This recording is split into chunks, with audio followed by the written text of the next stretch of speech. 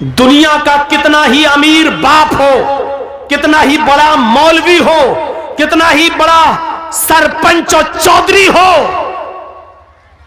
अगर उसने अपनी बेटी की मर्जी के खिलाफ उसकी शादी किसी दूसरी जगह कर दी तो इस शादी का कोई एतबार नहीं है शरीयत के अंदर। मसलन हम जहां करना चाह रहे हैं शादी, मेरी बेटी वहां तैयार नहीं है, मेरी बेटी जहां शादी करना चाह रही है वहां हम नहीं चाहते कि वो शादी करे, हमने अपनी पसंद का लड़का लाकर उसका निकाह करा दिया और बेटी मजबूर होकर उसके साथ निकाह करती है। लेकिन वो काजी से ये कहती है, काजी साहब निकाह पढ़ाने वाले से कहती है, मौलाना साहब ये निकाह मेरी मर्जी के खिलाफ मेरे बाप ने जो लड़का लाकर रख दिया है ये दिल से मुझे पसंद नहीं है, काजी साहब निकाह नहीं पढ़ाएंगे और अगर पढ़ा देते हैं तो उसके निकाह की कोई हैसियत नहीं है। एक औरत, एक सहाबिया अल्लाह के नबी के पास आई और कहती, अल्लाह के रसूल मेरे बाप ने मेरा निकाह ऐसी जगह कर दिया है जो लड़का मुझे पसंद नहीं है। अल्लाह के रसूल ने निकाह हो जाने के बाद भी उस लड़की से कहा, अगर वो तुम्हें पसंद नहीं और इसके बावजूद तुम्हारे बाप ने तुम्हारी शादी कर दी है तो तुझे इख्तियार है, तू चाहे तो उस लड़के के साथ रहे या तू चाहे तो मैं निकाह तेरा फिस्क कर देता हूं। लड़के के तलाक देने की जरूरत नहीं है, निकाह फिस्क कर देता हूं। एक इद्दत गुजारेगी हैज की, जिसका निकाह फिस्क होगा उसकी इद्दत 3 महीने नहीं है, सिर्फ एक हैज उसकी, एक पीरियड उसकी इद्दत है। तुम एक पीरियड, एक माहवारी, एक एमसी, बस ये पीरियड गुजारो और जैसे ही तुम्हारा महीना हो, महीना से खत्म होने के बाद ही तुम दूसरी शादी कर सकती हो अपने मनपसंद लड़के के साथ। लेकिन लड़की को शादी के लिए वली की सख्त जरूरत है, अपने बाप की, सरपरस्त की, मालिक की जरूरत है। लड़की, ये सच है कि लड़की की मर्जी के बगैर निकाह नहीं होगा, लेकिन यह भी सच है कि लड़की अपनी मर्जी से अकेले भी निकाह नहीं कर सकती है। उसको निकाह के लिए वली की इजाजत चाहिए और वली उसका बाप है। बाप अगर दिमागी तौर पर कमजोर है तो चचा है, चचा दिमागी तौर पर कमजोर है तो लड़की का भाई है, और लड़की का भाई भी नहीं तो कोई और जो उसका रिश्तेदार करीबी होगा उसकी इजाजत चाहिए। लेकिन जिस लड़की का कोई ना हो तो फिर काजी खुद वली बन सकता है। जैसे मौलाना जर्जीस अगर किसी का निकाह पढ़ा रहे हैं, लड़की का बाप भी नहीं है, लड़की का भाई भी नहीं है, लड़की का चचा भी नहीं है, तो फिर मौलाना जर्जीस खुद काजी, खुद वली बन सकते हैं और उस लड़की का वली बनकर निकाह करा सकते हैं, काजी वली बन सकता है। लेकिन कोई दूसरे गांव की लड़की अपने बाप का घर छोड़कर भागकर आपके गांव में रतनी में आ जाए तो रतनी का रहने वाला कोई बुढ़ा उस लड़की का बाप नहीं बन सकता है। होता है ऐसा, समझ रहे हैं ना। किसी दूसरे गांव की कोई लड़की भाग के रतनी में आ गई, रतनी के लड़के के साथ शादी करना चाहती है। अब उसके बाप ने कह दिया, तू भाग के गई है, मेरे घर में अगर कदम रखेगी तो हम टांगे काट देंगे तेरे, मरते दम तक तुझसे रिश्ता खत्म। अब वो लड़की वहां नहीं जाना चाह रही है। यहां एक बुढ़ा उठता है, हाजी है साहब, पान मुंह में खाते हैं, सऊदिया का रुमाल डाले हुए हैं, बेटा कोई बात नहीं, मैं तुम्हारा बाप बन जाता है। तेरे बाप बन जाने से रिश्ता जायज नहीं हो जाएगा। वो लड़की भाग कर आई है, न किसी के बाप के बन जाने से, न हाजी और नमाजी कोई मौलवी भी उसका बाप नहीं बन सकता है। मुंह बोले बाप की कोई हैसियत नहीं है शरीयत के अंदर। कल ये लड़की अगर हज करने जाती है तो मुंह बोले बाप के साथ नहीं जा सकती है, मुंह बोले भाई के साथ नहीं जा सकती है। शरीयत ने ये इजाजत नहीं दी जो चाहे उसका बाप बन जाए, फिर तो कोर्ट मैरिज भी इस्लाम में जायज हो जाएगी। जबकि हमारा सबका इज्तिमाई फतवा है, देवबंदी, बरेलवी, यहां तक के शिया भी, यहां तक के अहले हदीस भी, सबका इज्तिमाई फैसला है और इज्तिमाई फतवा है कि कोर्ट मैरिज माँ बाप की इजाजत के बगैर जो लड़के और लड़कियां कोर्ट में कर रहे हैं, इस्लाम के अंदर, शरीयत के अंदर इस कोर्ट मैरिज की कोई हैसियत नहीं है, यह जायज नहीं है। कोर्ट मैरिज के बावजूद लड़का और लड़की जिनाकारी करेंगे, हरामकारी करेंगे, उनसे जितनी औलाद पैदा होगी सब हरामी और नाजायज औलादें मानी जाएंगी। मेरे प्यारे साथियों, शरीयत के अंदर वली चाहिए, वली, लड़की को वली। तो इतनी इज्जत दी है इस्लाम ने औरत को कि औरत अपनी मर्जी से पहले लड़की का निकाह होगा, इजाजत ली जाएगी, उसके बाद लड़के का निकाह होगा। अगर शादी के दिन ही लड़की मना कर दे कि हम नहीं करेंगे, लौटाओ इन चोरों को, भगाओ भगाओ इन डाकुओं को, ये लूटने आए हैं, नहीं करेंगे। मेरे भाइयों, हमें और आपको फैसला करना पड़ेगा। तो इतनी जिहालत थी अरब के अंदर, लेकिन इस्लाम ने इतनी इज्जत बख्शी है औरत को, जहां लड़कियों को जिंदा दफन कर दिया जाता था। आप देख रहे हैं हिंदू धर्म के अंदर क्या है।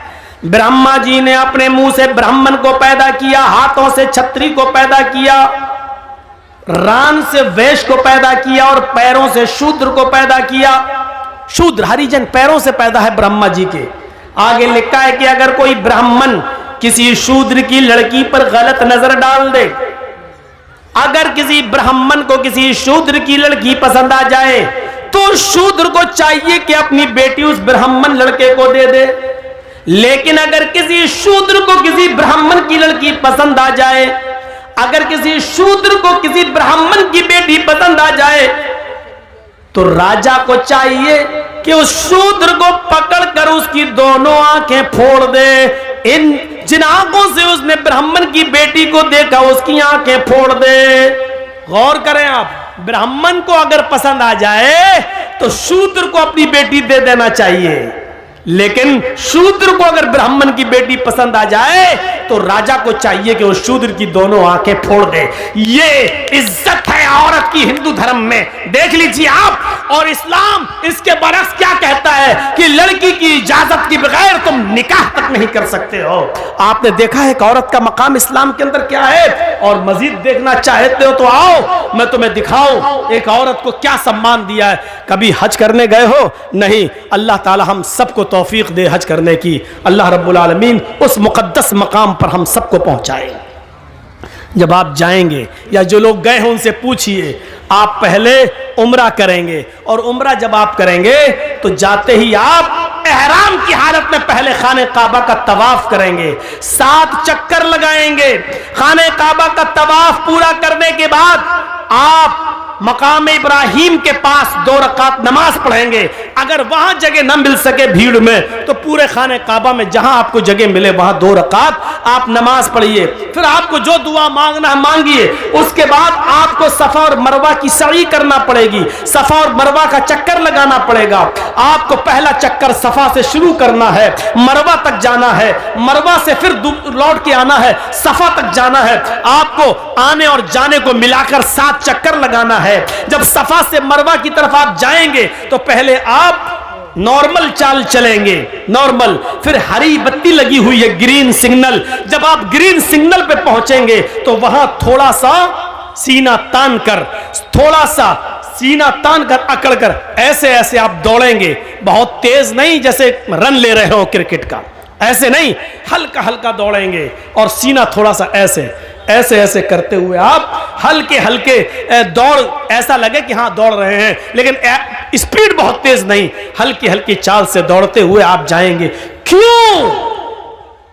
आप फिर दूसरी हरी बत्ती लगी है, वहां आप फिर नॉर्मल चाल से शुरू करेंगे। फिर हरी बत्ती लगी है, फिर वहां आप सीना तानेंगे और अकड़ के चलेंगे। फिर मरवा से आते वक्त भी आप ऐसा ही करेंगे। इन मकामात पर जहां हल्का हल्का सीना तान कर दौड़ा जाता है, वहां हजरते हाजरा दौड़ी थी। जब उनके बेटे को पानी नहीं मिल रहा था, जमीन पर एड़ियां रगड़ रहे थे इस्माइल, मुंह में अंगूठा रखे चूस रहे थे, और हाजरा कह रही थी, अल्लाह मेरा बेटा प्यासा है, तेरा बंदा इब्राहिम इसको तेरे सुपुर्द करके गया है, मुझे और इस बच्चे को तेरे सुपुर्द करके गया है। जब मैंने पूछा कि मुझे किसके हवाले करके जा रहे हो, किसके हवाले, इला मन ततरुकुना, हमें किसके हवाले छोड़ के जा रहे हो? तो इब्राहिम अलैहिस्सलाम ने आगे बढ़ते हुए कहा था, इल्लल्लाह, आय अल्लाह, मुझे और इस बच्चे को उसने तेरे हवाले किया है, तेरे सुपुर्द किया है। इस बच्चे को प्यास की शिद्दत महसूस हो रही है, इलाके में कहीं पानी नहीं है। हजरत हाजरा पानी की तलाश में पहाड़ी के ऊपर चढ़ जाती हैं, सफा से नीचे झांक कर देखती हैं, शायद कोई गांव, शायद कोई कबीला, शायद कोई मोहल्ला मुझे नजर आ जाए, दो चार आदमी रहने वाले नजर आ जाएं और मैं उनसे थोड़ा सा पानी ले लूं। लेकिन पहाड़ी की ऊंचाई पर चढ़ने के बाद भी उनको नीचे कोई बस्ती नजर नहीं आई।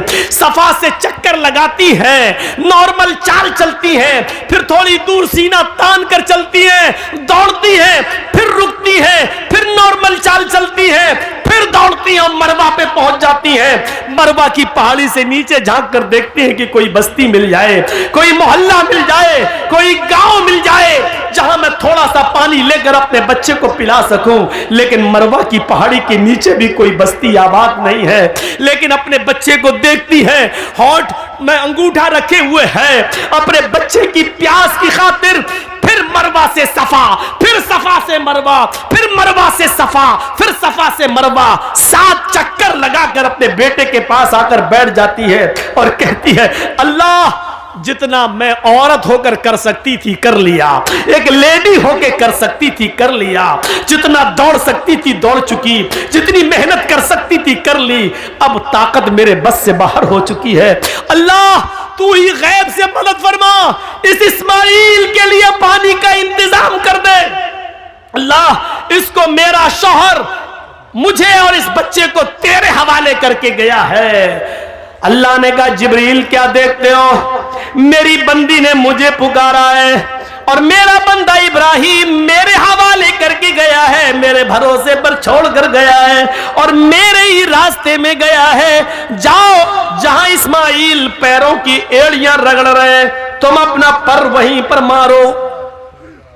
जिब्रील अमीन आसमान से नीचे उतरते हैं और जहां इस्माइल एड़ियां रगड़ रहे थे वहीं पर मारते हैं और पानी का चश्मा जारी हो जाता है, पानी बहने लगता है। हाजरा उस पानी को देखकर खुश हो जाती हैं और उसको मुंडेर बांधने लगती है। पानी इधर उधर बहने लगा, वो सोच रही थी कि पानी कहीं खत्म ना हो जाए, इसलिए समेटने लगी।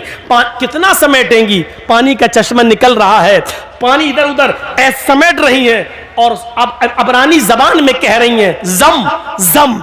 यह अरबी का जुमला नहीं है, जम जम जम जम। जम का मतलब होता रुक रुक, ठहर ठहर, कहां जा रहा, रुक, जम जम, बार बार कह रही जम जम, यानी रुक रुक, जम जम, ठहर ठहर, ये बार बार कह रही हैं। लेकिन पानी कहां ठहरने वाला है, वो समेटती है, पानी बह जाता है। हजरत हाजरा मिट्टी से एक मुंडेर बांध देती हैं ताकि पानी इधर उधर न जाए, इसी में जमा हो जाए।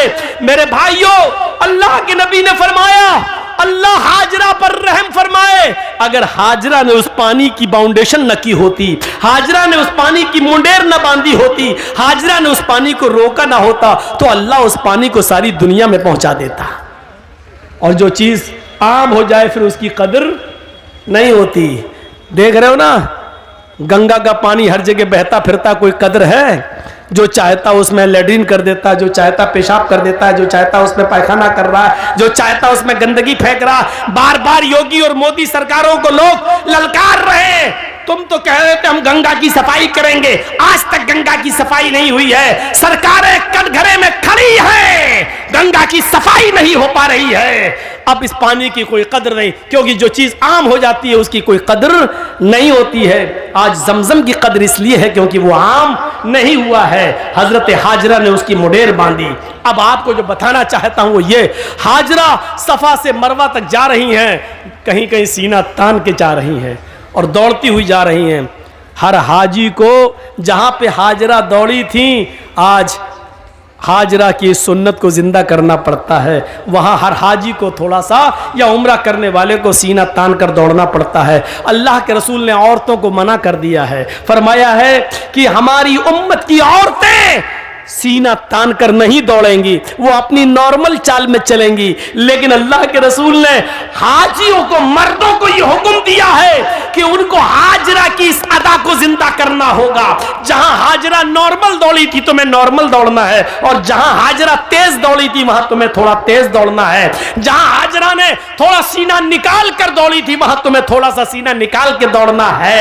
मेरे भाइयों, हाजी और मोहतमिर, उम्रा करने वाला हाजरा की इस अदा को जिंदा करता है और इसको अल्लाह रब्बुल आलमीन ने हज और उम्रा जैसी इबादत का एक हिस्सा बना दिया है।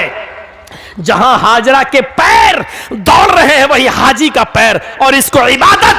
गौर करो, लिखो मीडिया वालों, लिखो अगर तुम्हारे कलम में ताकत है, सीआईडी वालों और वो लोग जो ये कहते हैं कि इस्लाम ने औरतों को पर्दे की चार दीवारी में बांध दिया है, औरतों पर जुल्म किया है, औरतों को घर से बाहर निकलने की इजाजत नहीं है। औरत को इस्लाम ने यह इज्जत दी है कि जहां हाजरा तेज दौड़ी वहां तुम्हें भी दौड़ना है, जहां हाजरा सीना निकाल के दौड़ी वहां तुम्हें भी निकालना है। और जब तक कोई हाजरा की सुन्नत को जिंदा नहीं करेगा अल्लाह उसके हज और उम्रे को कबूल नहीं करेगा। हाजरा के नक्शे पा को, हाजरा के नक्शे कदम को अल्लाह ने अपनी इबादत का एक हिस्सा बना दिया है। एक औरत के नक्शे कदम को अल्लाह ने अपनी इबादत बना दिया हो, इससे बड़ा एक औरत का मकाम क्या हो सकता है? इससे बड़ी एक औरत की इज्जत क्या हो सकती है? इससे बड़ा एक औरत का सम्मान क्या हो सकता है? कोई किसी मजहब ने औरत के पैर, औरत के हाथ, औरत के कदम को अपनी इबादत का हिस्सा नहीं बनाया है। आज भी देख लीजिए, हिंदू धर्म के अंदर बीवी की लंबी उम्र के लिए कोई रोजा और इबादत नहीं है, लेकिन आदमी की लंबी उम्र के लिए औरतों को करवा चौथ का रोजा रखना पड़ता है। यहां उल्टी गंगा बहती है। देखिए, मैं किसी मजहब पर तनकीद नहीं कर रहा हूं, हर आदमी आजाद है, किसी भी मजहब पर वो अमल कर रहा है। हमें जबरदस्ती किसी को अपने मजहब में शामिल नहीं करना, आजाद है वो। लेकिन मुआजना जब किया जाता है तो बताया जाता है, मेरे भाइयों, हमारे यहाँ एक मर्द अगर 2 या 3 या 4 बीवी रख ले तो बड़ा एतराज, इस्लाम ने 4 वाह, एक औरत को 4 औरतों की इजाजत है, एक मर्द को, एक औरत को 4 मर्द रखने की इजाजत क्यों नहीं है? बड़े एतराजात उठते हैं। मेरे भाइयों, हम चाहें तो लौट कर तुम्हें भी जवाब दे सकते हैं। 5 पांडव एक ही पत्नी रखते थे, द्रौपदी। 5 पांडव की एक ही पत्नी थी, द्रौपदी। 5 भाइयों ने एक ही औरत को रखा था, द्रौपदी। आप अंदाजा लगा सकते हैं, हमें वो लोग नसीहत करते हैं जो खुद शीशे के मकान में रहते हैं और हमारे पत्थर के मकान पर पत्थर, मजबूत मकान पर पत्थर मार के गिराना चाहते हैं। उनको ये नहीं मालूम कि तुम्हारा मकान शीशे का है।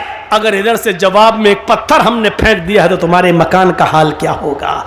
मेरे भाइयों, जो खुद शीशे के मकान में रहते हो उनको दूसरों के पत्थर के मकान पर पत्थर फेंकने का हक नहीं है। उनको डरना चाहिए, अपने मकान के कमजोर होने का एहसास होना चाहिए, एहसास उनको होना चाहिए। जो हमारे नबी की 11 और 12 बीवियों पर एतराज करते हैं उनको कृष्ण कन्हैया की गोपियों की तादाद मालूम होनी चाहिए। 16,108 शीशे के मकान में रहने वाला किसी के मजबूत मकान पर पत्थर नहीं फेंकता है, क्योंकि वो जानता है कि अगर जवाब पे इसने पत्थर फेंका तो हमारे शीशे के मकान का हाल क्या होगा। इसलिए अक्लमंदी इसमें है कि आदमी किसी दूसरे के मजहब पर बगैर पढ़े लिखे तनकीद न करे, बल्कि हर मजहब को इज्जत की नजर से देखे।